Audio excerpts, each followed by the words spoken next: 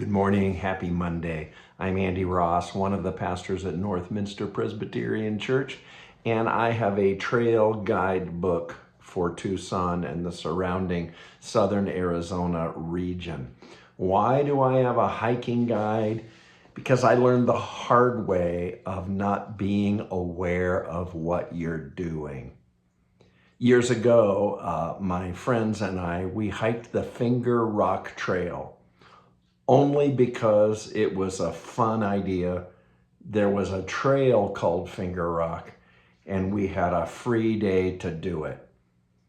I didn't do research on the hike. I didn't do homework on the hike. I showed up that morning with my boots on, ready to go, and it almost killed me.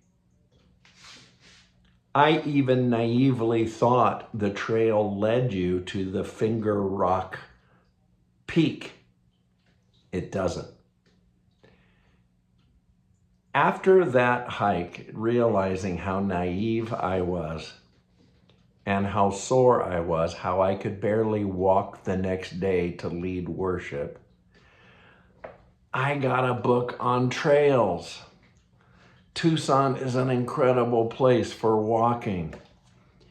The Finger Rock Trail is in this book. Do you know what I read in my recovery? Extremely difficult hike, steep, continuous climbing, and it leads to Mount Kimball, where we ended up.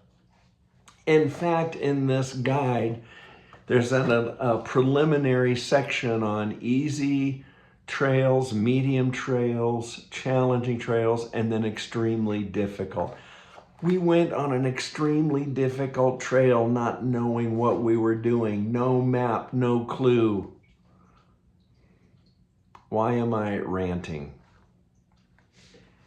Hiking trails and activities in life have a lot in common. Do you know what you're doing? Do you know where you're going and why?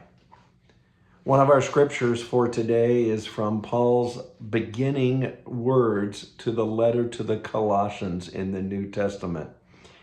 He says, we have not stopped praying for you, Paul says.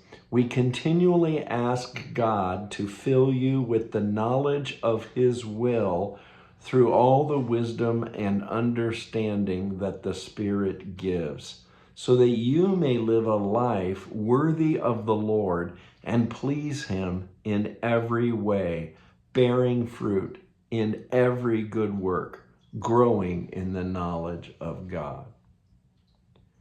So, it's quite a mouthful.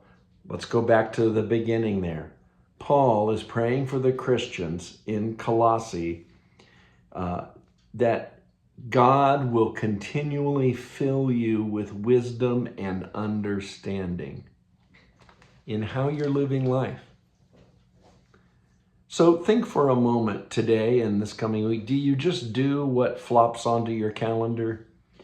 Do you just do what everyone asks of you? Do you say yes to simply every opportunity? Do you just plunge into your day and your to-do list without pausing to think and pray?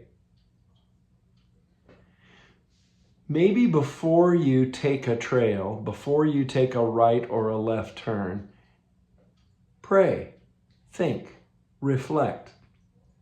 Call upon the Spirit of God to guide your steps. Guide me, Lord, in a way that bears fruit for you. That's your prayer for this day and for this week.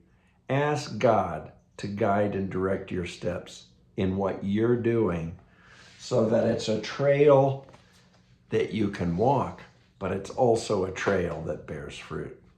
Lord be with you. Thanks for listening.